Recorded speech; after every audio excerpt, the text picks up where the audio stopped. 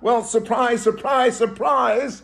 This is me, comedian George Wallace, the new Mr. Vegas. I'm here with you tonight. I'm famous. But let me tell you something. Your host tonight, Joseph Jaffe, he's not famous. He's not famous at all. But that's all we can do for you tonight. That's the best we can do. You know, Joseph is like Jon Stewart wannabe. He's like a Howard Stern wannabe. He is not famous, but he's your host, okay?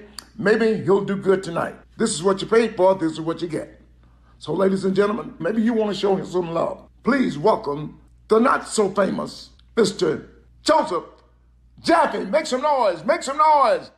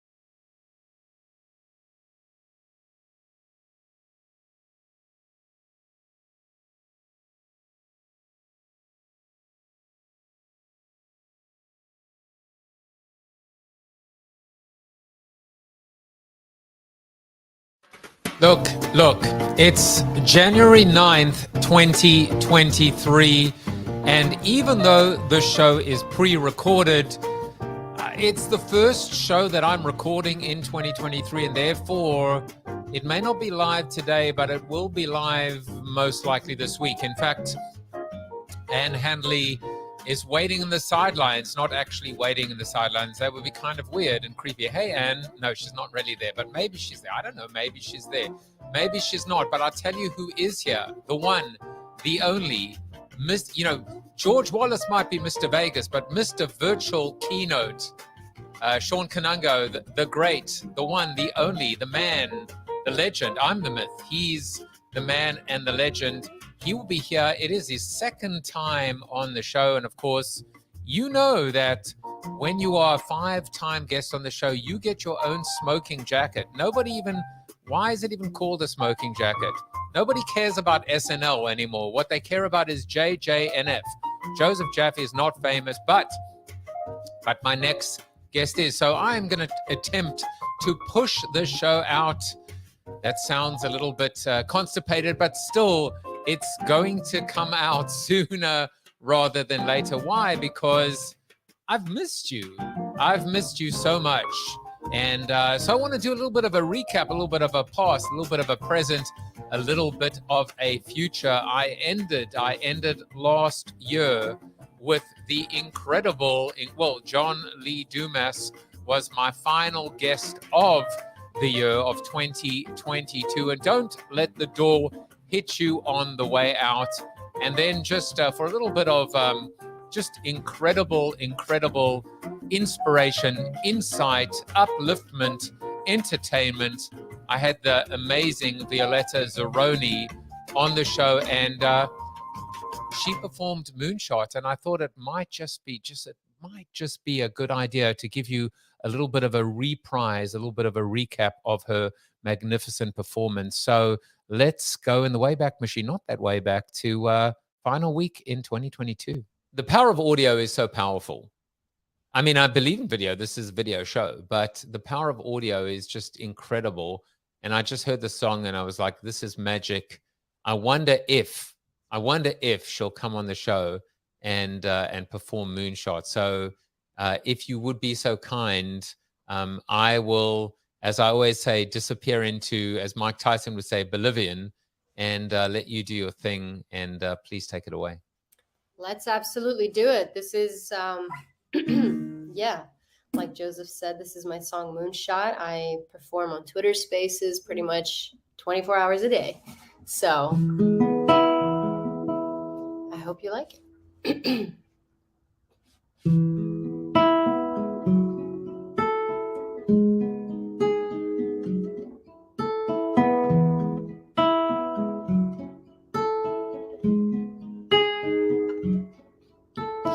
I would cross the universe and circle around the sun to find that little part of my heart I've never known.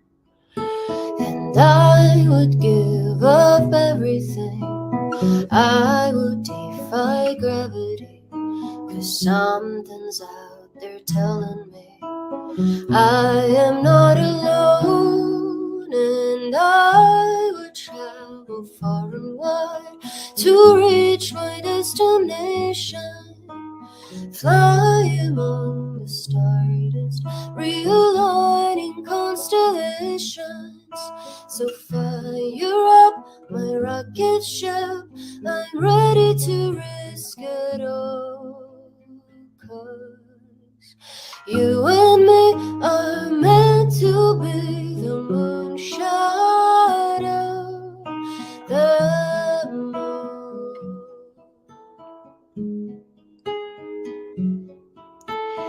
Watching out the window as the planets pass me by, sending out a signal, waiting your reply.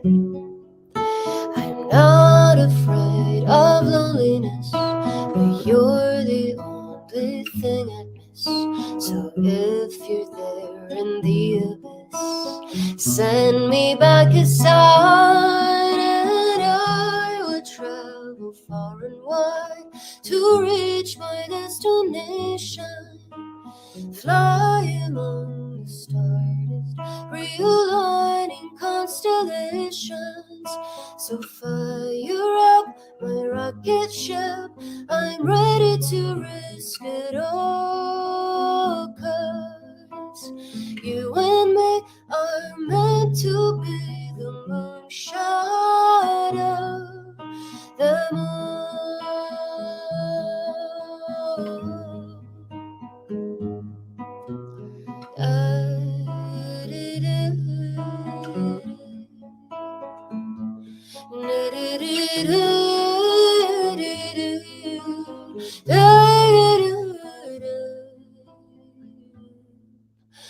I would travel far and wide to reach my destination, fly among the stardust, 'cause I know that you'll be waiting. So fire up my rocket ship, I'm ready to risk it all, 'cause you and me are meant to be the moonshot. Yeah, you and me are meant to be the moonshot. Yeah, you and me just might be the moonshot of the moon. Ooh.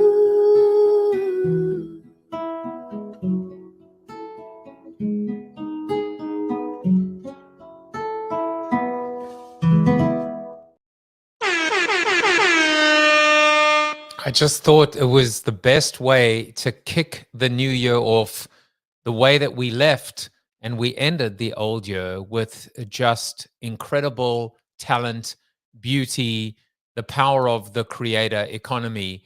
And we go from authentic beauty to complete artificial fake beauty. Because I just got back from Vegas, and boy, are my arms dirty.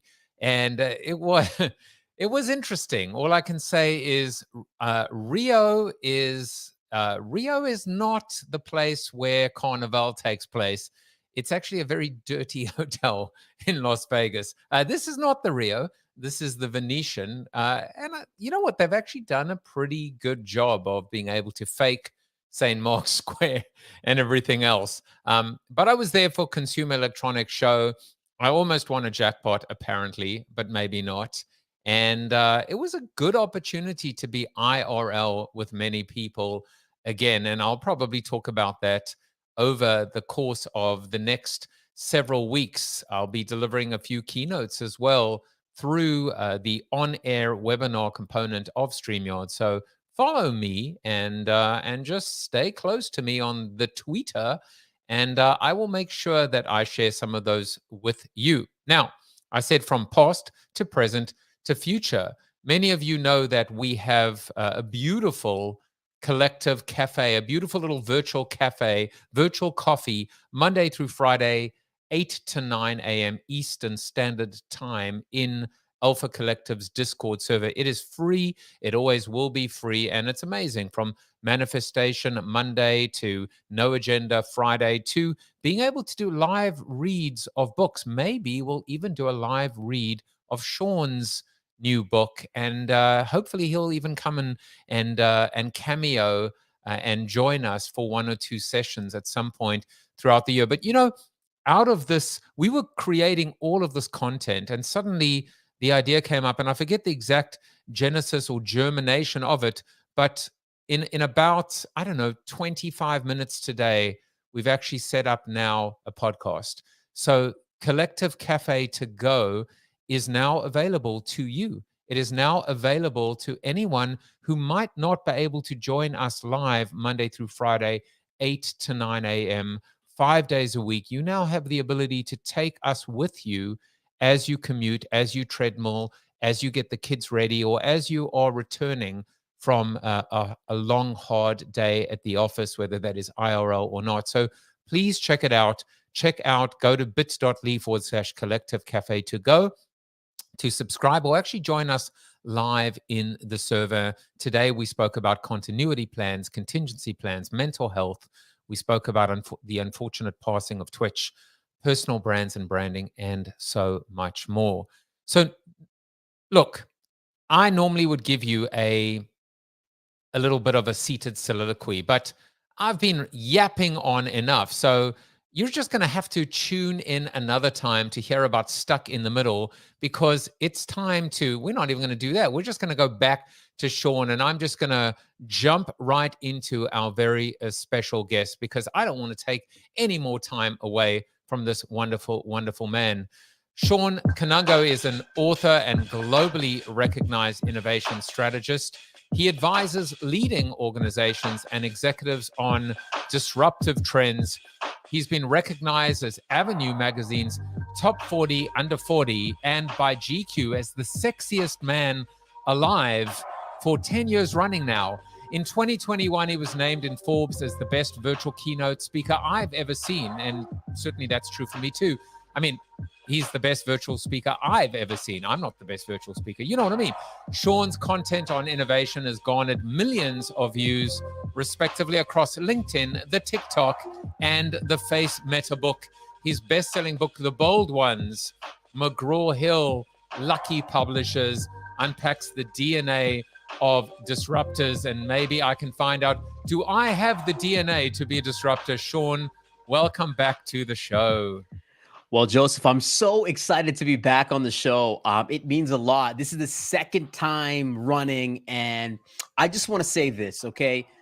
You have been putting in so much effort into this show, this production. This is better than Jimmy Fallon, Jimmy Kimmel. So, before I start, I just want everybody just to do you a favor, to subscribe wherever you are, Spotify, YouTube, wherever you are. Get a Jaffe coin, okay? Join the Alpha Collective, because thank you, Joseph is putting in the work, okay? He's experimenting, he's trying new things. And listen, I seen the pivot. We when I was on, this was Corona TV, and now we have a new incarnation of it. I love the experimentation. I love what you're doing. Well, I got to first of all, thank you, thank you, thank you. And I've often said throughout this whole process, we don't take the time to say thank you enough. And I've never been good at taking a compliment because I've never received one before. But now this is the first. But you know, I really appreciate it. Those are kind words, and I know that they are from the heart, and it means a lot to me actually coming from you. To be honest with you, you know, to do a podcast is hard enough. Most people, they flame out in a couple episodes. To do a show, I mean, is even infinitely harder. To do this as consistently as you've done it, you know, you're already in the less than 1%. And so this is just, it's a testament to how much you believe in this, and also the fact that you've been able to build your community around it. So, and that's why when you reached out, I said, absolutely. And also, besides the fact that you've been doing this, the last time I came on the show, I still, you know, I've been 100 different podcasts. I don't think that there has been someone that has put in the effort to understand the guest as much as you. So I'm just going to give you your flowers right away, because I am an avid listener of this podcast. You know, just honored to be back.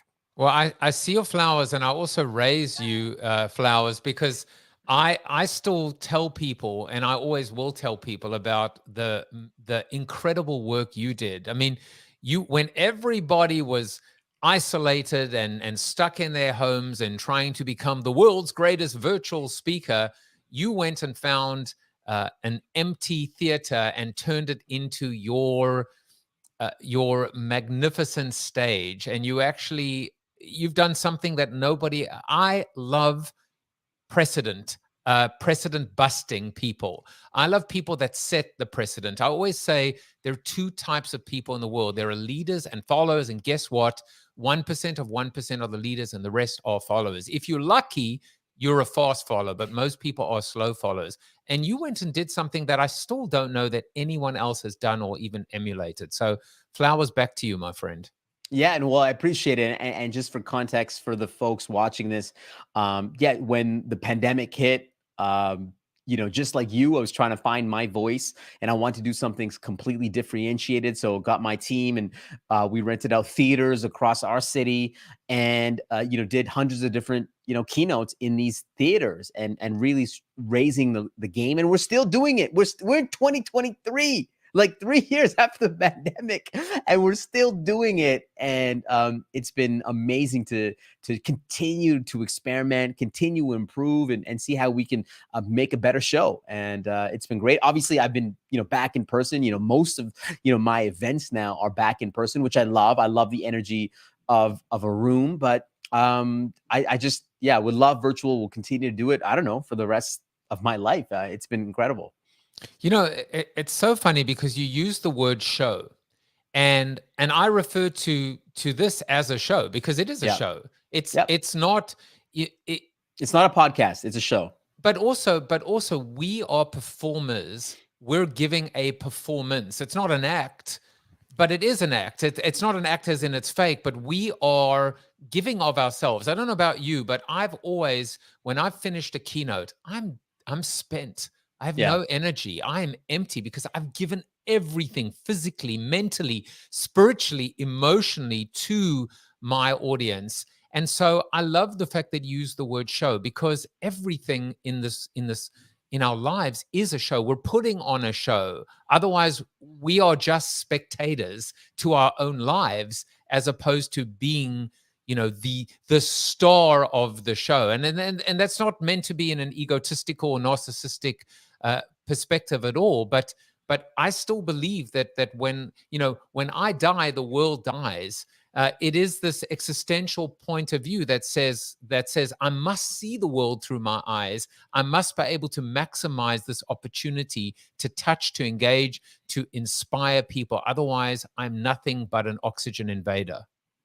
I'm nothing but an oxygen invader. I love I'm going that to steal line. that. I steal that. And I resonate with that 100%. Listen, for the most part, when we're doing a keynote or we're doing a performance, to be honest with you, that's probably the first time and maybe even the last time that somebody sees you. And to call it a show, to call it a performance means that you are putting in the effort. It's not just a conversation. A conversation, I can show up and call you right now and have a conversation. But to put on a show means that you have put in the effort and the thought, and you are respecting the audience that's in front of you. And again, that might be the first and last time that they ever see you. And let's not pretend that, when you're taking an hour, 90 minutes, or whatever time that you're taking in somebody's life, I mean, that is a significant amount of time. How many people have like an hour just to give? Nobody. So when you're putting in that hour, it's gotta be the best hour that they've ever seen, or you have to try to make it the best hour. That's just like being respectful of someone's time. I also love this concept of recognizing that when you are in that situation, this could be, because if we lived our lives that way, knowing that every person we come into contact with, we not only we may never see them again, but what if we don't see them again? Wouldn't that take away? Wouldn't that make us unencumbered? Wouldn't that make us bold? Wouldn't that make us want to just say, hey, listen, I got nothing to lose. I may as well give you everything I've got, because guess what? I'm never going to see you again. 100%. And I mean, to me, this is, although we're going to have a really great conversation, Joseph, like, to me, this is also a show, and I want to come prepared. Like, I want to have a nice camera and a nice mic, and, we're not in a theater, but I still want to elevate the production, because I want people to feel like I showed up and I cared and I prepared and I listened to all the shows that I could. And, to me, this is just giving, the audience what they deserve, which is their fullest attention and effort. Effort's very important. Well, what they really deserve is to find out fun facts about you, more fun facts about you, because you're back. And look, I say kudos to you. Forget about me, because you're having your third child in February. Yes, that's now that's an achievement. Listen, I know your mother's listening in South Africa, and she's probably thinking to herself, "This man is too young to have 3 kids." No. This boy, this boy, this man boy, this man child.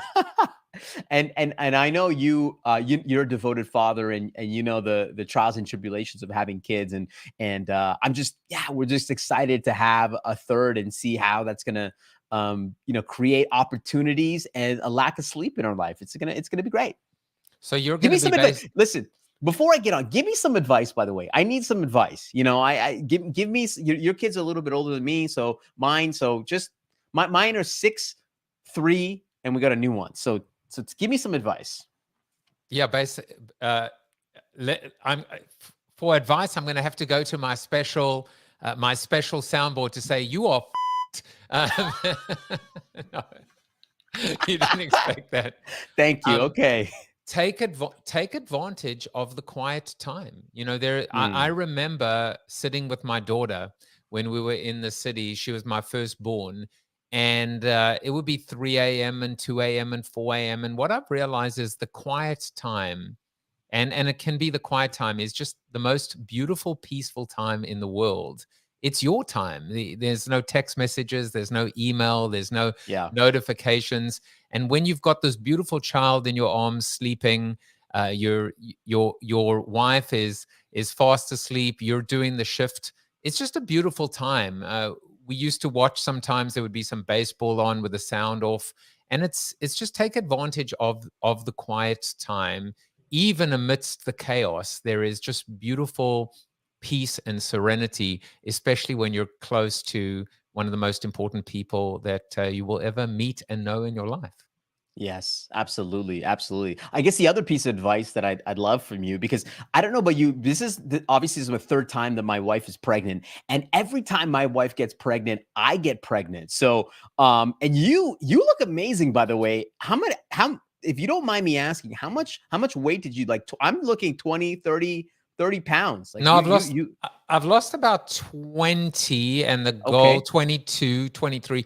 And the goal is actually to get to 30 pounds by February. It's going to be a bit of a close one. Now, you probably know this if you've been watching that. I went and found a website called Healthy Wage Yep. where I'm betting on myself to lose the weight.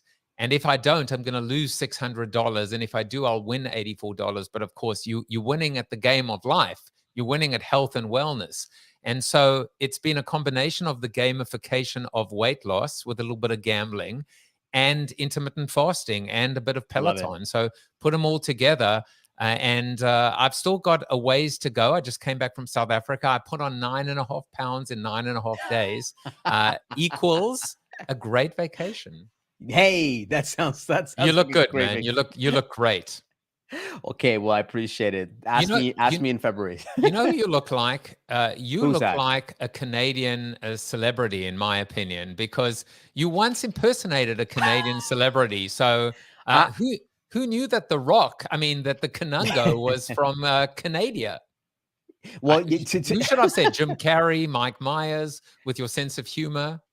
I did that, that's very kind of you. But actually, funny enough, that is a fun fact that I did impersonate a Canadian celebrity. And to just be really quick on this, there was a Canadian artist, his name was Shawn Desmond. And when Facebook came out, my friend was really into Shawn Desmond, this Canadian pop artist. And I actually created like a fake Facebook profile of Shawn Desmond just to attend like one of his parties. Back in Facebook, they had these parties and you could invite people to your parties. And so I invited Shawn Desmond to my friend's party. Anyways, I forgot about this Facebook account for years. And then years later, I opened up this account and there's hundreds of people that have added Shawn Desmond on Facebook. And I'm like, oh my God, what am I going to do? Hundreds of people have added Shawn Desmond. And then I started adding every single person. And then now this account was blowing up. People were talking about Shawn Desmond. It became like a fan account. Now people are arguing, is this the real Shawn Desmond? Is it not? I never responded to anybody, but I felt bad. I was like catfishing or I was impersonating Shawn Desmond. And I tried to reach out to him and I said, I'm so sorry, of doing this. I shut down the account. And then I actually put it up on TikTok and finally he found it. And I thought he would be angry, but he just laughed. I IG DM'd him and he had a good laugh about it. So I did impersonate a Canadian celebrity, but it all worked out in the end. Well, this is guest number 225.2, Shawn Desmond, author of The Bold Ones. A little bit of quick typing there as well. So we will put Shawn. Look, Shawn Desmond is invited to be on the show. Hey. So anytime he wants to come on, but there is so much to talk about, and some of the things that you wanted to talk about were so interesting. But I want to actually go straight away into the book.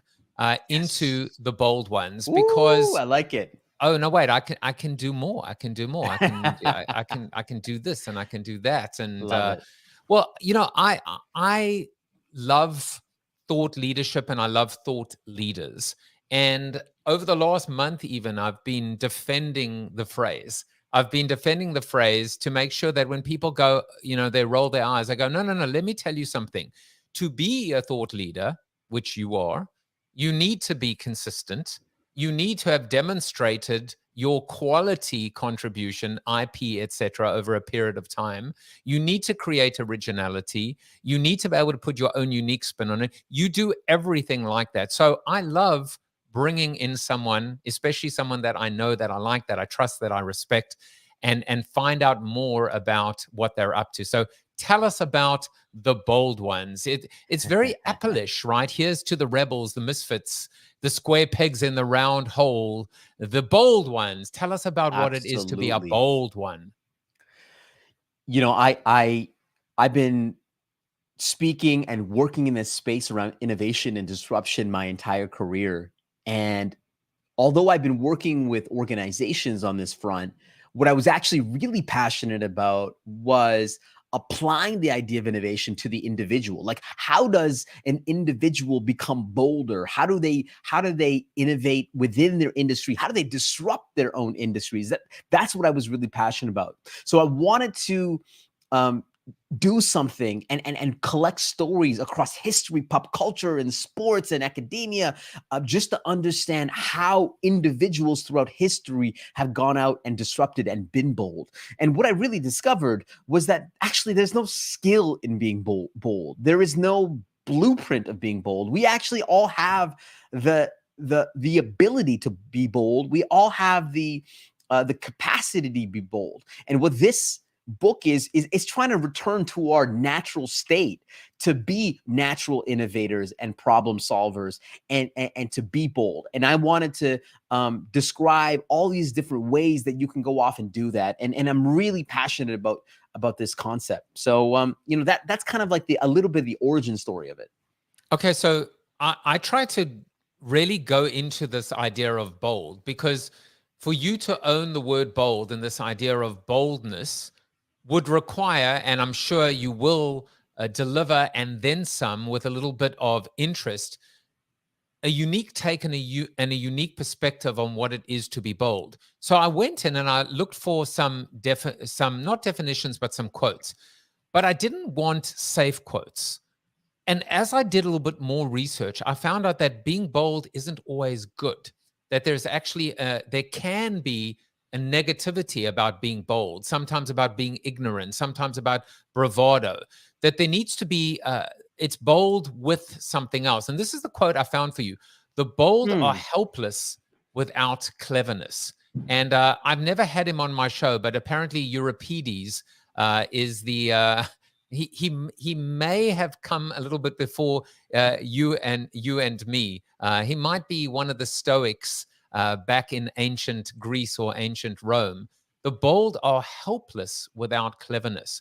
So I would love for you to talk a little bit about how you see boldness in general and how you see boldness in 2023, as opposed to this idea of just being bold without maybe parameters or without limits or limitations. Yeah. No, so first of all, I love this quote that the bolder helps with cleverness, because I mean, it shows that the idea of being bold can be taken in so many different directions. In fact, in the book, I describe all these different ways of being bold. How do you go off and sort of engineer a hot streak? How do you go off and get yourself fired? How do you ultimately disrupt yourself? These are all elements of how, about being bold. Ultimately, I love the idea of being clever. I think being clever means, to be honest with you, you're trying to find new ways of doing things. To me, clever is actually the foundation of being innovative, of innovation. Innovation is simply finding value in new ways, and that's really about being clever. So absolutely, I think that's a great definition.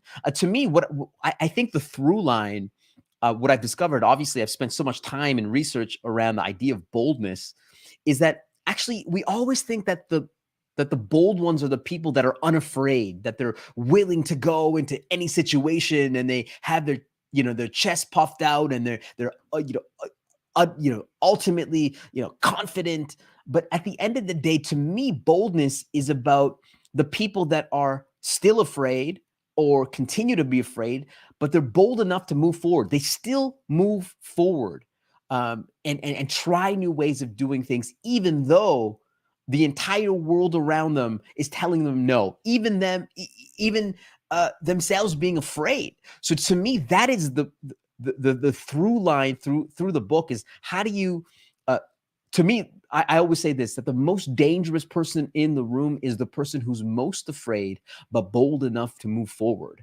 And to me, that is the through line in the book. And, you can throw out a lot of definitions around boldness, and I'll probably agree with a lot of them. Gonna give you a little bit of, so the most, and this is dangerous in a good way, right? They are the most afraid and yet able to move forward. It's almost like they've burnt the boats. They got nothing to lose. They're with someone that they'll never see again. You may as well go for it. You might as well go for it. And that's the whole story of disruption, in the sense that, if you want to be bold, unfortunately, the people around you most people around you won't support you in the beginning. It's very lonely and scary and uncomfortable to be in the position of being bold. And that's okay. And actually, to be afraid, to be lonely, to be scared is actually okay. But the bold ones still continue to move forward. And so, that's the beautiful thing about being bold. And that's why I love the word bold. Well, I was enamored with the fact that the publisher changed the name of your book from The Dangerous Ones to The Bold Ones. And here's a shocker for you. Guess which one I prefer, The Dangerous Ones or The Bold Ones? Well, I'm gonna hold on. I'm gonna give you some music as well, just to allow you to think. Well, I think you're gonna say you like The Bold Ones. And so close, so close. No, I mean, I love The Dangerous Ones. Why did they want you to change the name, and why did you let them? Okay, so the paradox of this entire thing is that I wrote a book called The Bold Ones, and I wanted the original title, actually sold the book to the publisher, got the book deal with the name Dangerous Ones. And I guess I wasn't bold enough or dangerous enough to push back enough and pull the deal so that it would actually become The Dangerous Ones. I love the title The Dangerous Ones. I also love the title of The Bold Ones. I think over time I've grown to love The Bold Ones, and I see lots of people identifying themselves as The Bold Ones. But originally, I love the title of Dangerous Ones because to me, it's about how do you become a little bit more dangerous? How do you become, and to me, becoming a little bit more dangerous or becoming a dangerous person is actually a positive. It's actually, how do you go off and innovate? How do you develop new skills? How do you develop a new mindset? I love the word dangerous, but I think the publisher said at the end of the day, people might get confused as to what this book is all about. They might look at the book and be like, is this a book for serial killers and whatnot? And I did push back, and my agent also pushed back. But ultimately it was my first book. And I wanted to make sure I don't have any knowledge around the world of publishing. And I didn't know what actually sold. So part of the reason why I went with my publisher is because I trusted her at the end of the day. And, they came up with The Bold Ones, which I love the word bold because I use it everywhere.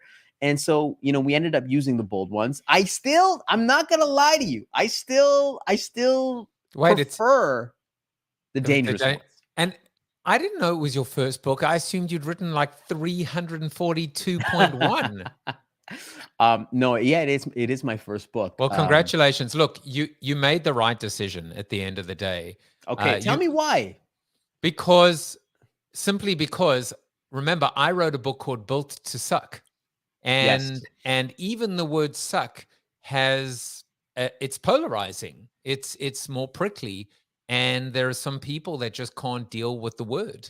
And it's a catch-22. It's a conundrum. It's the classic example of the client that says to you, I want you to be brave and bold and disruptive. Oh, but I also want you to be safe, or I also need you to make sure that the click-through rate is, it's this battle, right? I want you to be risky, but not too risky. I want you to take chances, but not too much, but not too much of a chance. And so The Bold Ones gives you, I think what it does is it is your foot in the door. It gives you the platform, and it gives you the ability to then provide the dangerous ones. It to the right person at the right time. It's the stretch. I love that idea. And no, I appreciate that advice. And I didn't want to go into this just guns blazing. I wanted to be able to trust the people around me. And ultimately, just seeing the reaction and seeing the number of people sharing the book and identifying themselves as the bold ones, it's been really validating, because you have no idea. And to be honest with you, it was really scary putting this book in the world.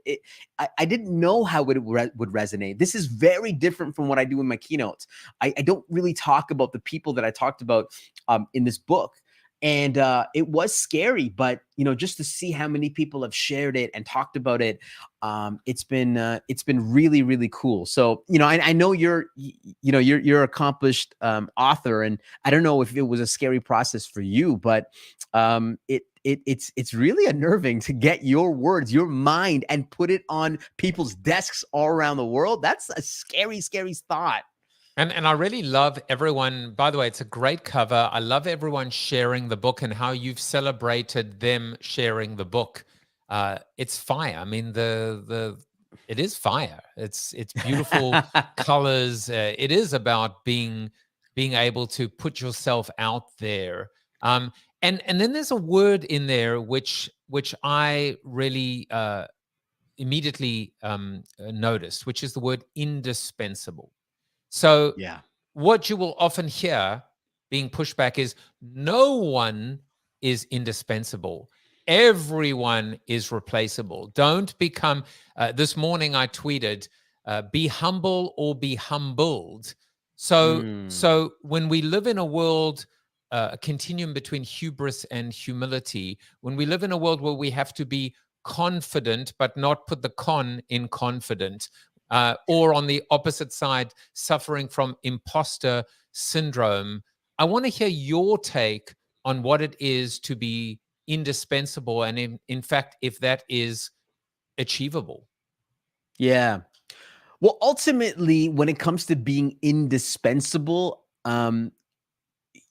everyone in cold hard truth is actually dispensable. Everyone dies at the end of the day. Okay. Life is short. Okay. Everyone dies at the end of the day.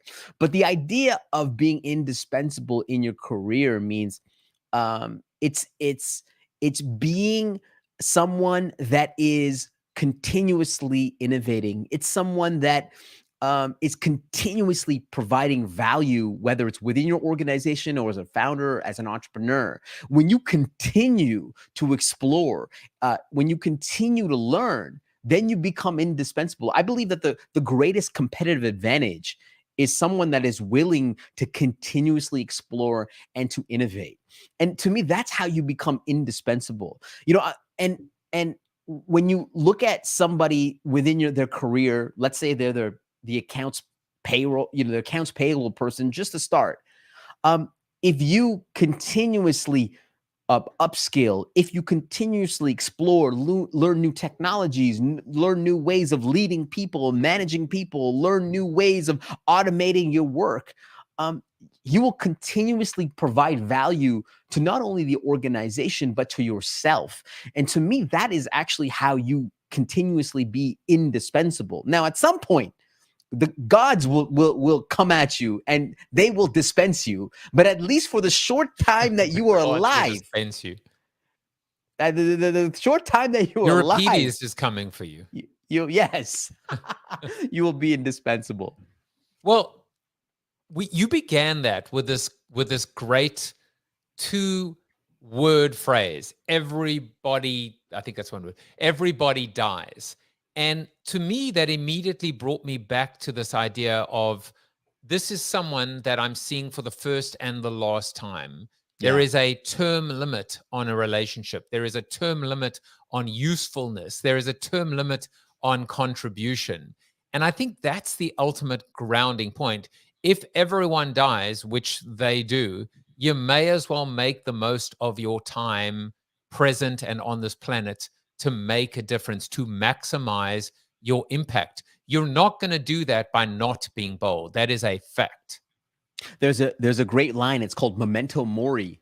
It means remember you will die. And in fact, there's a cool story that in ancient Rome, there was this thing called the Roman triumph. It was the highest status moment for any Roman general. Essentially, a Roman general would parade down the street in spectacular fashion.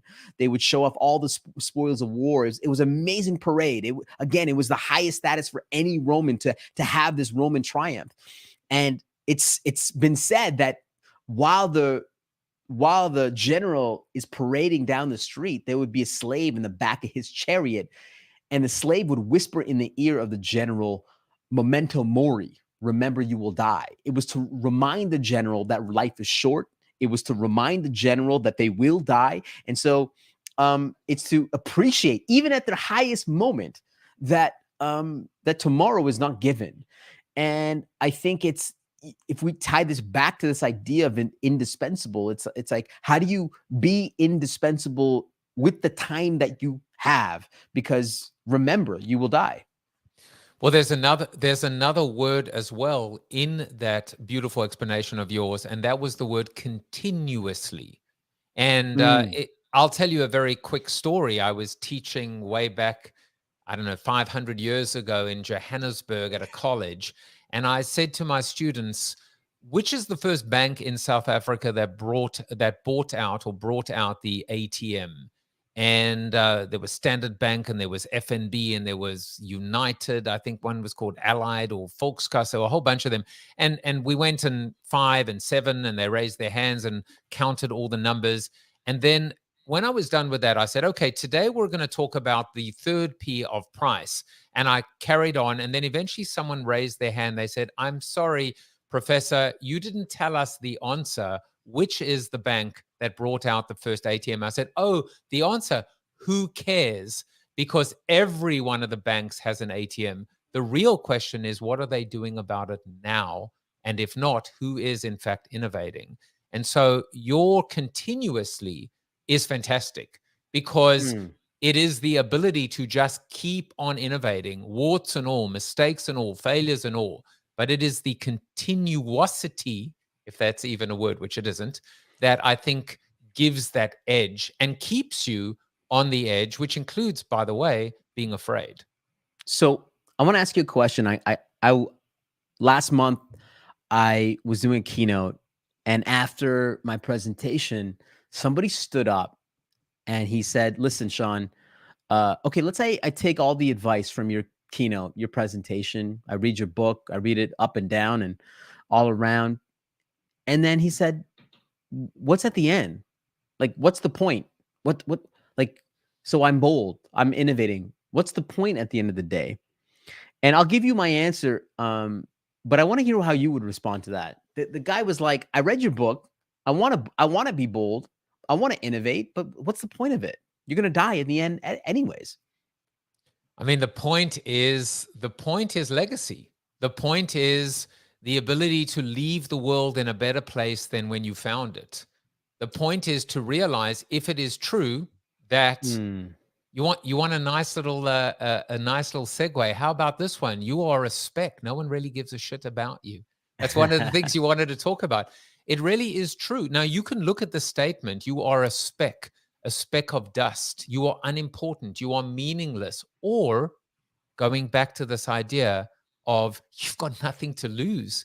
You may as well go for it. It's one of those crazy things, which is what would happen if you knew what happened when you died. Would that liberate you? Would that suffocate you? It's one of the reasons why I don't think we will ever know, nor should we. Because instead, we need to make the most of our time. And so for me, what's the point? Well, you could say, what's the point of anything? Or you could say, let's just make the most of it. You know, as much as we're conscious of this moment, this interaction, you and me right now, we may as well just go for it. And if it gives us that sense of fulfillment, enlightenment, inspiration, then, and we can share that with others, that's the point. The point is now. And you know, the way I love that.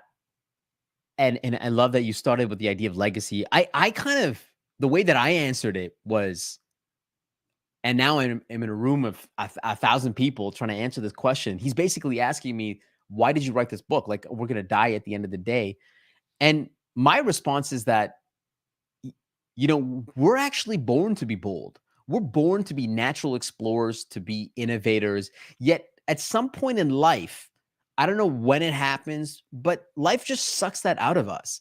Maybe it's the school, maybe it's our education system that has turned us into like an assembly of, factory workers. Maybe it's, modern business. I don't know what it is, but at some point, it sucks out that learning, that exploration, that innovation. And this book is actually to return to that original state as human beings, as natural born innovators and ultimately bold ones. And so, that's what I wanted to answer. But, going back to your piece around, you are a spec, I always try to remind myself that throughout history, there's been 109 billion people that have lived on Earth. There are 8 billion people on Earth today.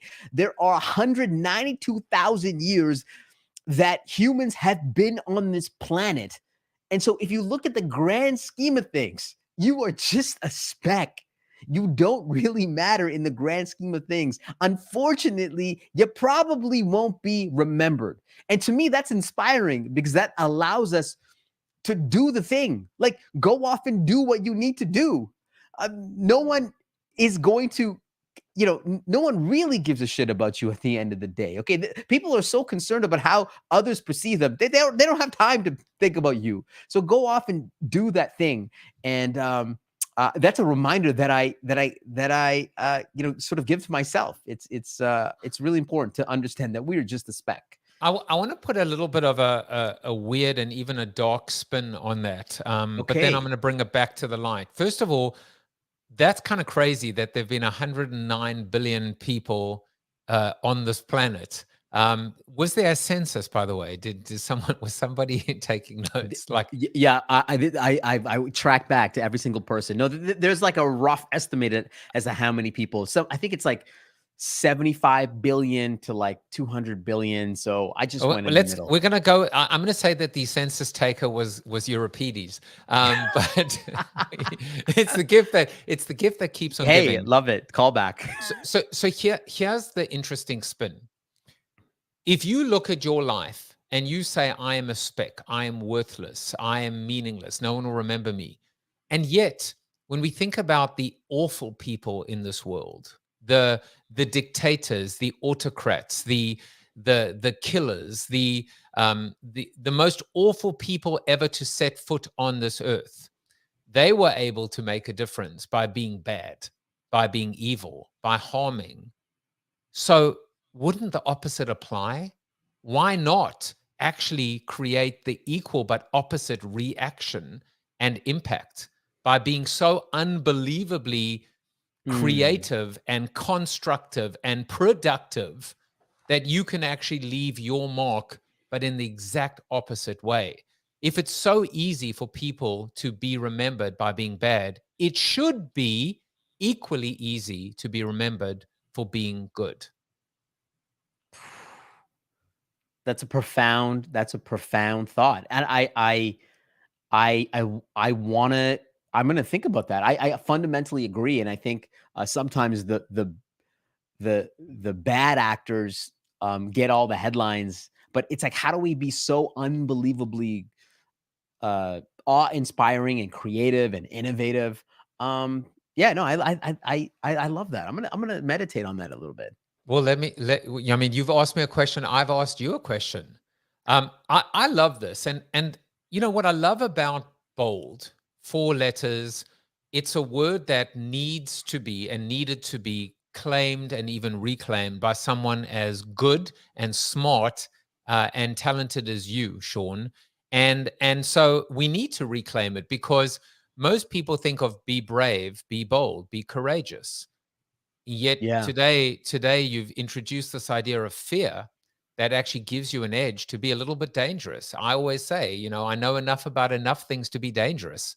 And so reclaiming the word dangerous as well. Now, combining that with this idea of being good and leaving a mark and leaving a legacy. What's the point? Memento Mori, right? Did I get it right? Memento Mori. One day we're all going to die. We may as well make the most of it, especially with people that we've never met before and may never meet again. So it's a beautiful thread. But in the time we have left, I just want to go and and I had to just ask you about crypto winter. Please. Just from and now for something completely different. Crypto winter is deep and it is beautiful. Tell us why. Well, somebody that has been so, you have given back a lot to the crypto community, and you have been a great champion for this community, because I think there's been a lot of people that have been, part of the financialization of this industry in negative ways. And I'm going to admit something that I was really, really, I am still really passionate about Web3. I love the promise of Web3, and it's going to come, and everyone's going to see it. The problem with what happened over the last couple of years is, I think a lot of people got greedy in this space. A lot of people were looking at the financial rewards around it and not looking at the underlying technology. I kind of phrase it as, and I said this as well in last year, was that it's kind of like everyone's at the club and everyone's having bottle service. This is like early 2021. There's like the VIP section over there. There's like, everyone's just having a great time. And when the night is over, everyone has this deep hangover. And right now we're in this deep hangover. Everyone is like, they are busted right now. But at some point, people will recover. They're going to get their Gatorade. They're going to get their water. And they're going to remember how amazing that night was. But what they're going to really remember was not about the money piece. They're going to actually remember the fun. They're going to remember the technology at the end of the day. And at some point, when the hangover is done, when the winner is done, people remember what the technology is going to do for society. And I think the winner was amazing, because what it did was it sucked out all the bad actors in this space, and it is continue to suck out the bad actors in this space, and it needs to, because I'm going to be honest, I got more quiet around Web3 because I did not want to be associated with the grift. I didn't want to be associated with the scammers that were in this space, and unfortunately, they were dominating the headlines. Now, I don't know if that's a negative thing, that I was not as vocal as I was because of this, but I am still a proponent of Web3. I'm still excited about this. It's just, we needed this because it was getting ridiculous in terms of the financialization of this industry. But I'd love to get your thoughts. Well, first of all, I love the analogy and the metaphor of the hangover, because it reminds me of the time, especially when we were younger. Well, you are young, but when I was younger, when we would drink so much, and what is the one thing we would say after we really drank too much, we were maybe a little sick, we'd say, I'm never drinking again until, of course, the next time when you drink again. And so in the moment of the hangover, we have to almost wallow in it and experience it and understand the lowest of the lows, but remember the highest of the highs, and that maybe the next time we return to drinking, we'll drink maybe a little bit more responsibly, maybe a little bit safer, maybe still be able to have the fun without the FUD or have the fun without getting sick. And so it is a great analogy, because it is like muscle memory. I feel like the ability to say we're in it now.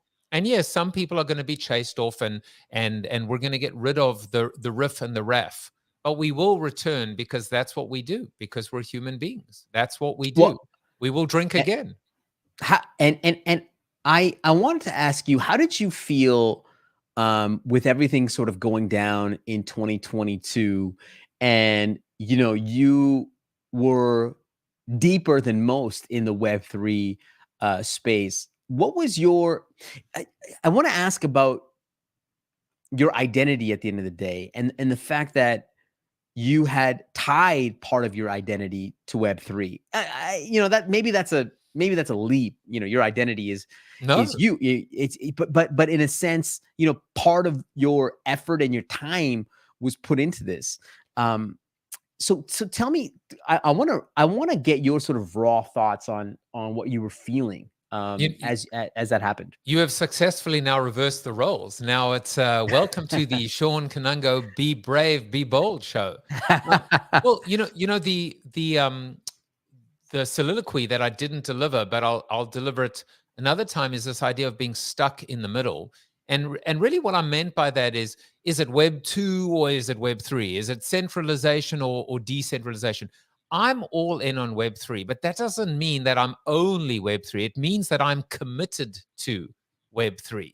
It means that I'm focused, that I've prioritized it. But I will never give up advocacy and retention and loyalty and surprise and delight and storytelling and everything that I've acquired in my decades of my career. So I don't park that at the door, but all in on Web3 says I'm focused on community capitalism. I'm focused on we is greater than me. I'm focused on the most beautiful opportunity we've ever been given, I think, in our professional lifetime. So I absolutely have tied identity to it. And where others were apologizing or maybe backing down, I just stayed the course. Yeah. Based on a couple of things, Shawn. Number one, that saying that haunts me every day of my life. There are two types of people, pioneers and settlers. The pioneers get shot and the settlers take the land, which is related to the other thing, which is I don't want to miss the boat again. I don't want to be the person who wrote the book on it but didn't benefit from it. And that leads to the second point. We are right now at the .com bust. We are at the bubble bursting. We are wallowing through the ashes. 100%. And guess who's about to emerge from those ashes? The beautiful phoenix, who looks a lot like you, Shawn, I think. Got the beautiful plumes. I agree. I agree with you. And the fiery font as well. So Rex Briggs, good friend of mine, he once, this is the presentation I'm going to give later this week. He points and everyone looks at him. He says, no, don't look at the finger. Look at where the finger's pointing. So where the finger is pointing is absolutely this idea of being bold. And it is to be bold in business today to actually give up a little in order to gain a lot, in order to make sure that the incompetent old white men do not gently parachute down to earth with their severance, that we can actually be much more inclusive, not just in terms of our hiring and our representation, but in terms of how we recognize and reward. So I never lost sight of the strategic role and the vision behind Web3. And to your point, I think what happened, everyone just got confused and distracted by the financial aspect of it. Yeah. And I think you, have been a great champion and inspiring leader in this space because you're using Web3 for, to me, what Web3 is all about, which is incentivizing and rewarding your community. I really believe in the creator economy and the fact that you are, reigniting and I guess restarting the Jaffe coin and you are finding ways of incentivizing your community with not financial rewards, but with almost, I would say, status or other ways. I think and experiences, experiences, and things that money can't buy. Things that money can't buy. Who wouldn't want to spend a day with you, Shawn? A day in the theater, a day in the studio to learn 100%. the tricks of your trade. There's no amount of money in the world that is enough to invest in that experience. And I think in a way, maybe that's the way for us to kind of bring it full circle. What's the point? The point is to be able to create experiences, unique experiences that money can't buy, priceless experiences that we and only we, even though we might be a spec, an insignificant spec, it is this particular insignificant spec that can only do what we do, what you do, what I do, that makes us bold and and relevant.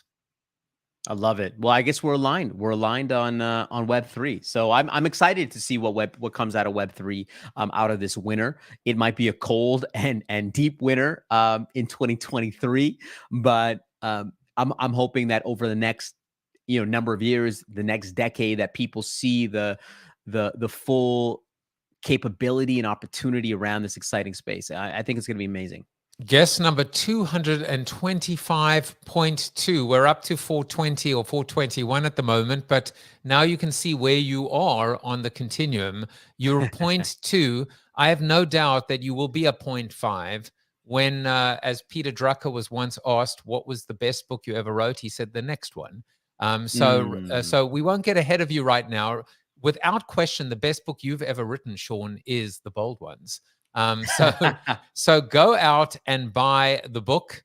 Be bold in 2023. Go to theboldOnesBook.com. You can eat corn with him on TikTok at Shawn.Kanungo. You can follow him on Instagram and on the Twitter. And, you can hang out with him and his best pal, Euripides, as well. Just one more Euripides mention. And I think, I don't know, jackpot, bingo, whatever the case may be. Shawn, the highlight of my year, which of course it's been 9 days, but you will be shocked to know that it wasn't staying at the Rio in Vegas. It was hanging out with you right now, and of course Euripides and Chuck Norris. You are Chuck Norris approved. And we will be back soon. Take care, everyone. Bye-bye. Thank you for watching the show about hope, positivity, optimism, and if there's time left over, a little bit of marketing with your host, multiple author, and global keynote speaker, Joseph Jaffe. If you like the show, tell a friend or two. Please subscribe to the show, and if you want to get inside news, previews of upcoming guests, and much more, visit josephjaffe.com/subscribe to sign up for the show's newsletter. And despite the best ministrations of your wife, you still look ugly.